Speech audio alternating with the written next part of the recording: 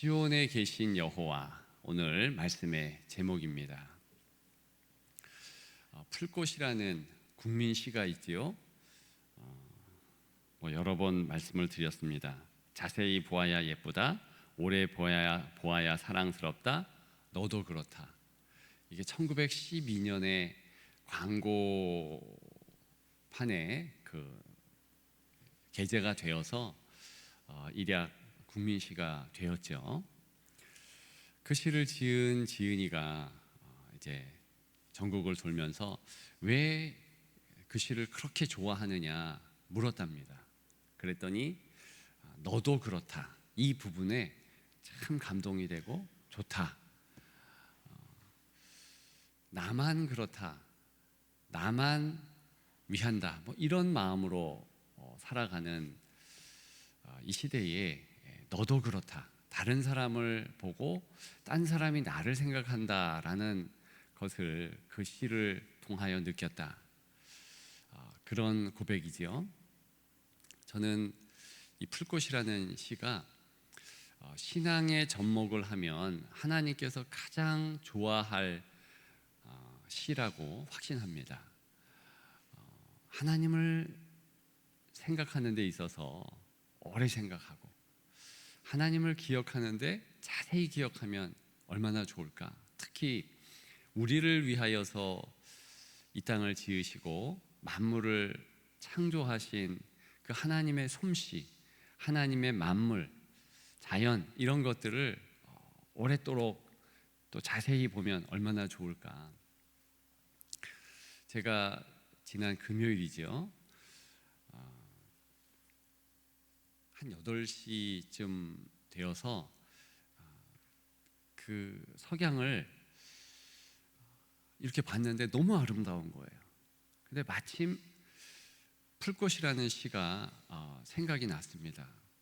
그래서 딴 때는 그냥 좋다 이러고 지나가는데요, 제가 시간을 재면서 한 6분쯤 계속 석양을 바라보았습니다.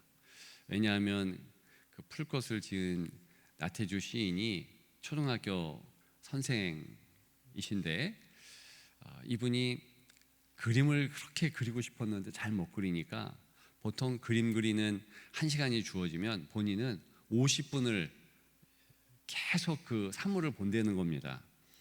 그리고 한 10분쯤에 이렇게 눈을 감으면 그 사물이 이제 풀꽃이다, 그럼 풀꽃이 그려질 때 마음속에 뭐다, 요런 모양이지라고 생각할 때 이제 비로소 그림을 그리는데, 아이들은 한 3분, 빠르면 1분 보고서 쓱쓱쓱 그리고 야외 수업하는데 그걸 내더라는 거죠. 그래서 그러면 안 된다는 차원에서 요 시를 지은 거 아니겠습니까? 오래 봐야 돼, 자세히 봐야 돼. 그 뒷모습 그 아이들의 알았다고 하면서 또 그렇게 실천하는 아이들을 보면서 너도 그렇다, 이렇게 한 게 그 시 아니겠습니까? 어쨌든 그게 생각이 나서 딴 때는 안 그러는데 내가 저 석양의 이 아름다운 모습을 내 마음에 새기리라, 이런 생각이 들고요. 또 설교를 금요일이기 때문에 준비하다가 이제 그걸 봤기 때문에 문득 또 드는 생각이, 그렇지, 하나님께서 이 아름다운 석양을 만들어 주셨지, 누구를 위한 것일까? 나를 위한 것이지. 여기까지 연결이 되더라고요. 그러면서 하나님을 찬양하는데 너무 혼자 좋았습니다. 오늘 본문에 보면 특히 11절에 너희는 시온에 계신 여호와를 찬송하며, 이런 어구가 있습니다. 아름다운 그 시문이죠. 그 가운데 시온에 계신 여호와, 시온이라는 이 시어는요, 오늘 이 시의 중심 시어이고 이미지입니다. 이 시온이라는 말이 바로 예루살렘 뜻하는 것 아니겠습니까? 시편 2편에 나오지요.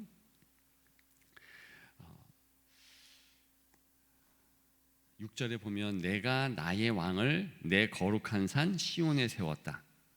또 시편 14편 7절에 보게 되면 구원은 시온에서 나온다. 계시록 14장 1절에는 어린 양이 시온산에 서 계신다. 그냥 시편만 보더라도요, 시온이라는 이 단어가요 아마 다른 말보다 최고로 많이 나올 겁니다. 구약뿐만이 아니라 시온, 그 신약에도 금방 말씀드린 계시록까지 다 시온산을 배경으로 합니다. 왜 이렇게 시온산이 많을까? 그리고 오늘 본문에 다윗은요, 이 시인은요, 이 시온산에 대하여서 계속 생각하고 또 생각하고 그러면서 오늘 본문을 작성했다, 썼다. 여러분, 이 시온산의 역사는 언제부터 시작됩니까? 모리아산. 창세기 22장에 보게 되면 아브라함이 아들 이삭을 바친 산이 모리아산으로 나오는데 바로 그 모리아산이 시온산이에요. 그곳이 하나님이 준비하신다, 준비의 산이다. 뭘 준비하셨을까요? 구원을 준비하셨고요, 우리에게 예수 그리스도 구원자, 만왕의 왕, 우리의 주인 되신 그분의 역사를 만세 전부터 하나님은 계획하셨고 역사하셨고 그렇게 은혜가 있게 하신 곳이 바로 시온산이에요. 원래는 여부스 족속들이 살고 있는 곳이었죠. 그래서 가나안 땅을 점령할 때 이제 여호수아를 위시해서 유다 지파를 중심으로 그 여부스 족속을 쳐부셨지만 근데 끝내 복속을 못 시켰습니다. 언제 복속을 시키고 언제 그 시온산을 다스리게 되었는가? 바로 다윗 시대입니다.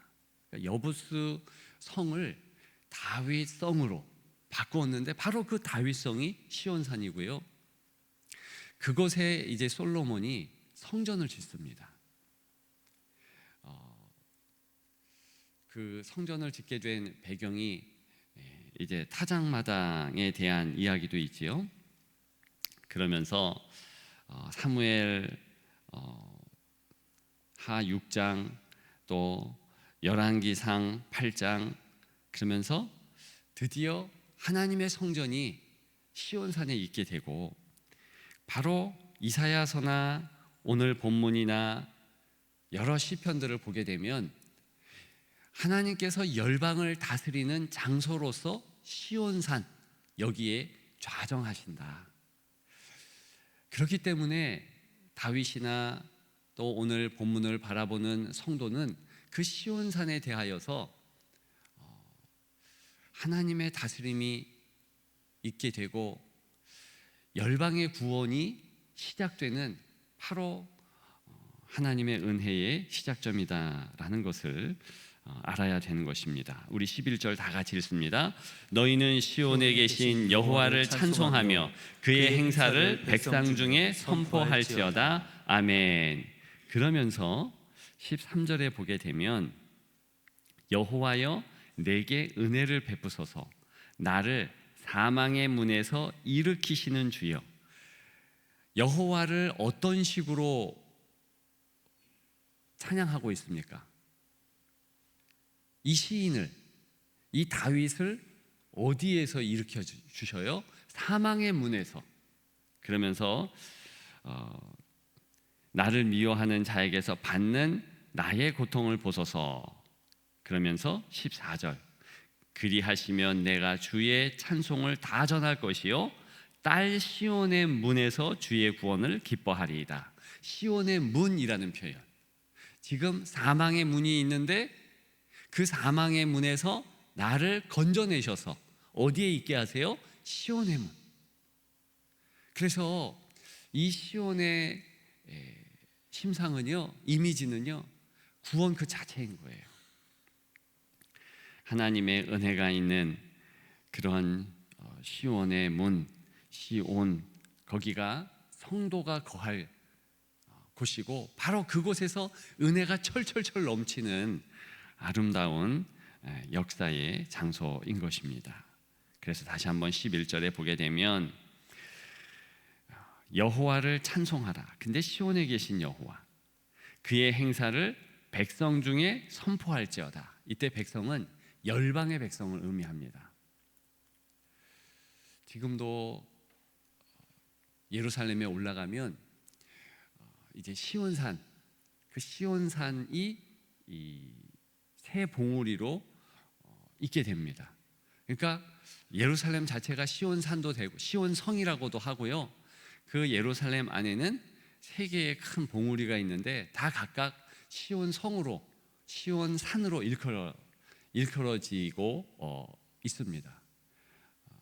그래서 그 하나님의 성전산이 있는 그 지점, 그곳이 이스라엘 사람들만 마음의 고향이 되면 안 되고, 우리 모두도 그 시온성 예루살렘이 마음의 고향이 돼야 하는 것이죠.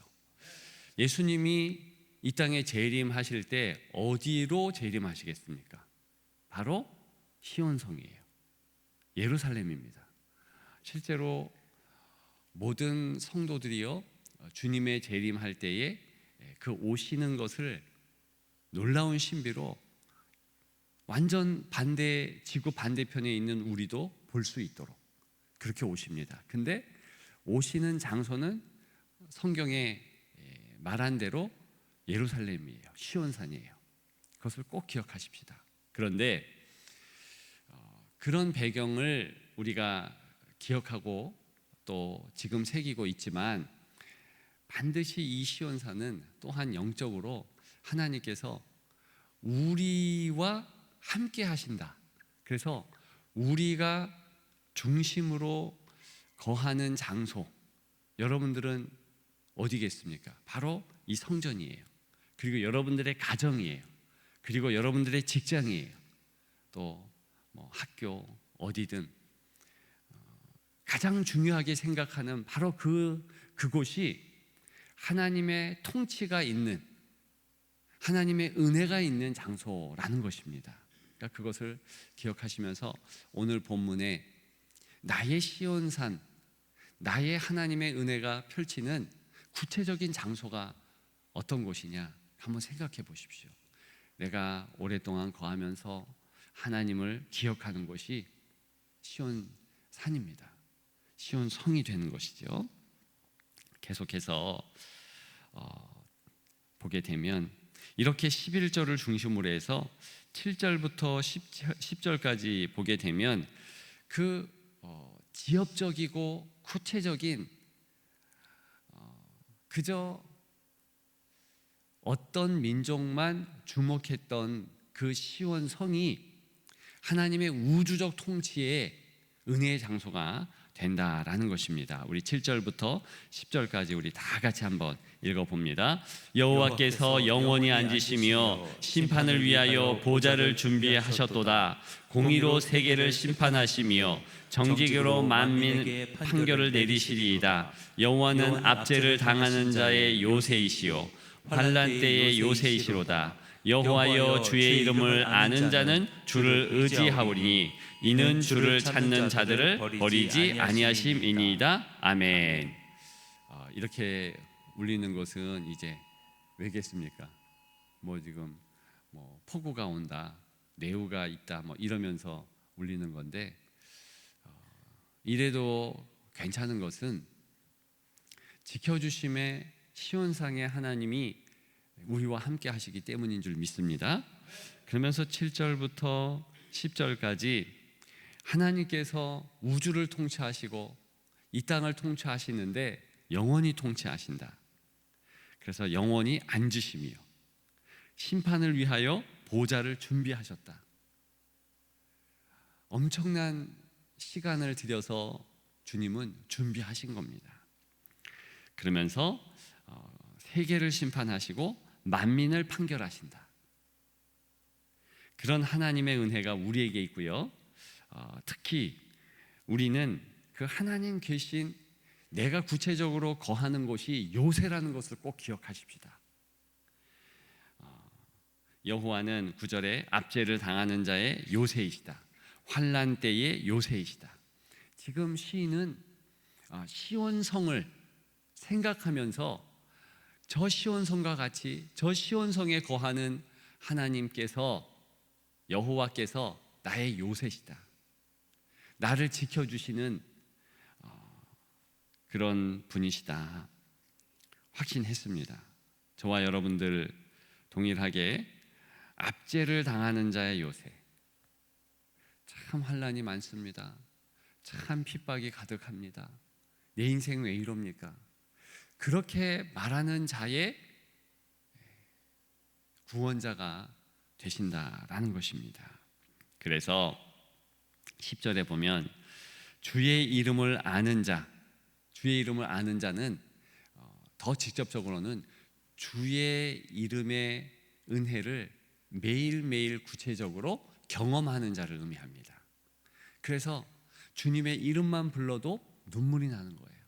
다윗은 정말 여호와의 이름만 불러도 감격이 있고 감사가 넘칩니다. 다른 것 아무것도 없어도 좋습니다. 여호와의 이름을 부를 수 있고 여호와의 은혜만 내게 있으면 됩니다. 그것이 시편 23편 다윗의 시 아닙니까? 여호와는 나의 목자시니 내가 부족함이 없으리이다. 실제로 하나님이 모든 것 되시니까 다른 것이 없어도 만족감이 있는 거예요. 그 시를 지을 때 이 다윗은 여전히 쫓김을 당하면서 광야를 헤매면서 그런 어려울 때였지 않습니까? 근데 하나님의 은혜가 있으니까 그 광야 길에도 먹을 것이 없는 그때에도 그냥 만족감이 있는 거예요. 기쁨과 감사가 넘치는 겁니다. 그런 우리가 되기를 주님의 이름으로 축복합니다. 그래서 이 하나님의 은혜는 이제 15절부터 20절에 보면 공의의 심판이 그렇게 하나님을 따르는 백성을 끝까지 어렵게 하고 끝까지 힘들게 하는 악인들에게 있다라는 것입니다. 근데 악인들의 이 꾸민 계략이요 자기 자신들에게 돌아갑니다. 그래서 스스로 파멸해요. 그러니까 이것을 꼭 기억하십시다. 이 시대에도 악인들이 득세하는 것 같죠. 꾀가 있고 그렇게 해서 모든 것이 그들 손아귀에 들어갈 것 같죠. 절대로 그렇게 하나님 안 놔두십니다. 그리고 스스로 자멸합니다. 이게 역사의 거대한 흐름이었어요. 그래서 하나님의 사람들은 기도하는 겁니다. 하나님께서 구원하신다 확신하는 겁니다. 우리 15절부터 20절까지 악인들의 심판을 기억하면서 한꺼번에 쭉 읽을 것인데 16절에 보면 가로치고 히카yon 그랬습니다. 그리고 셀라 그랬죠.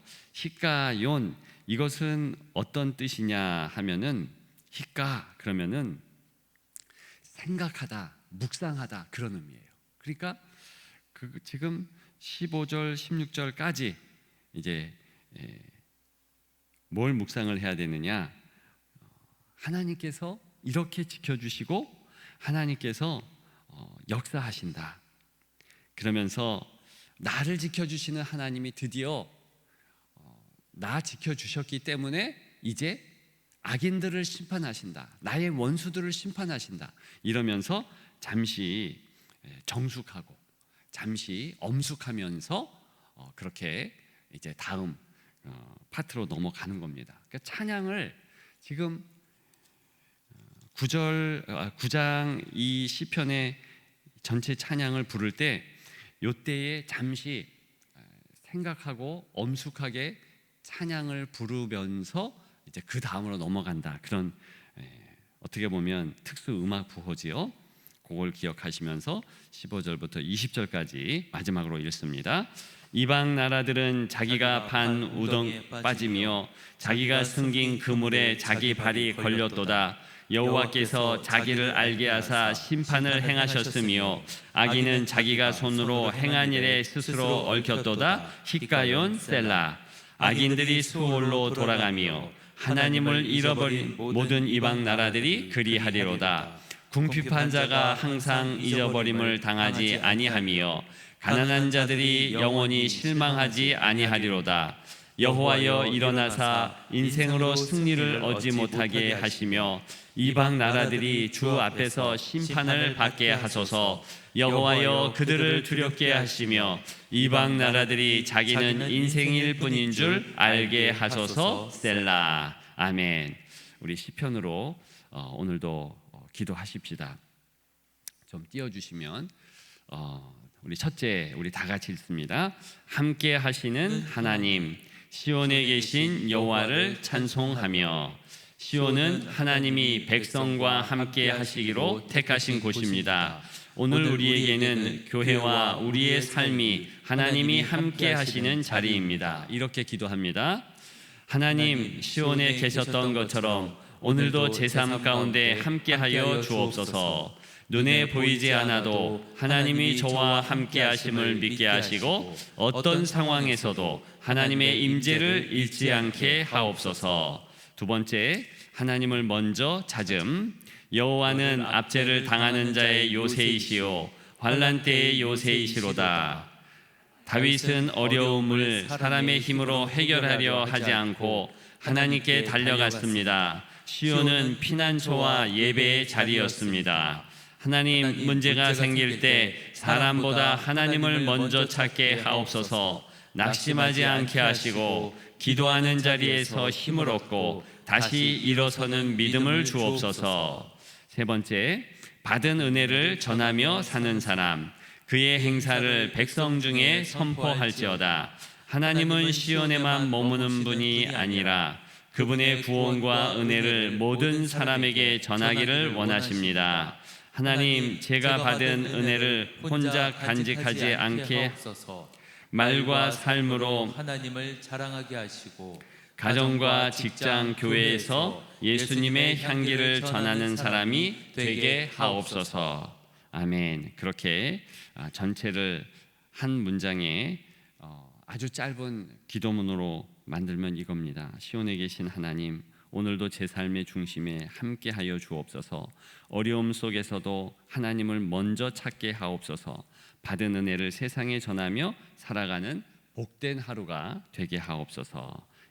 그렇게 기도하는 것입니다. 우리 이 시간에 주여 한번 부르고 요 기도 세 가지이죠. 먼저 함께 하시는 하나님에 대하여서 기억하고, 또 하나님을 나도 먼저 찾게 하시고 하나님께서 주신 그 은혜를 세상 사람들에게 증거케 하옵소서. 이렇게 주여 한번 부르고 간절하게 기도하고 제가 마무리 기도함으로 마칩니다. 주여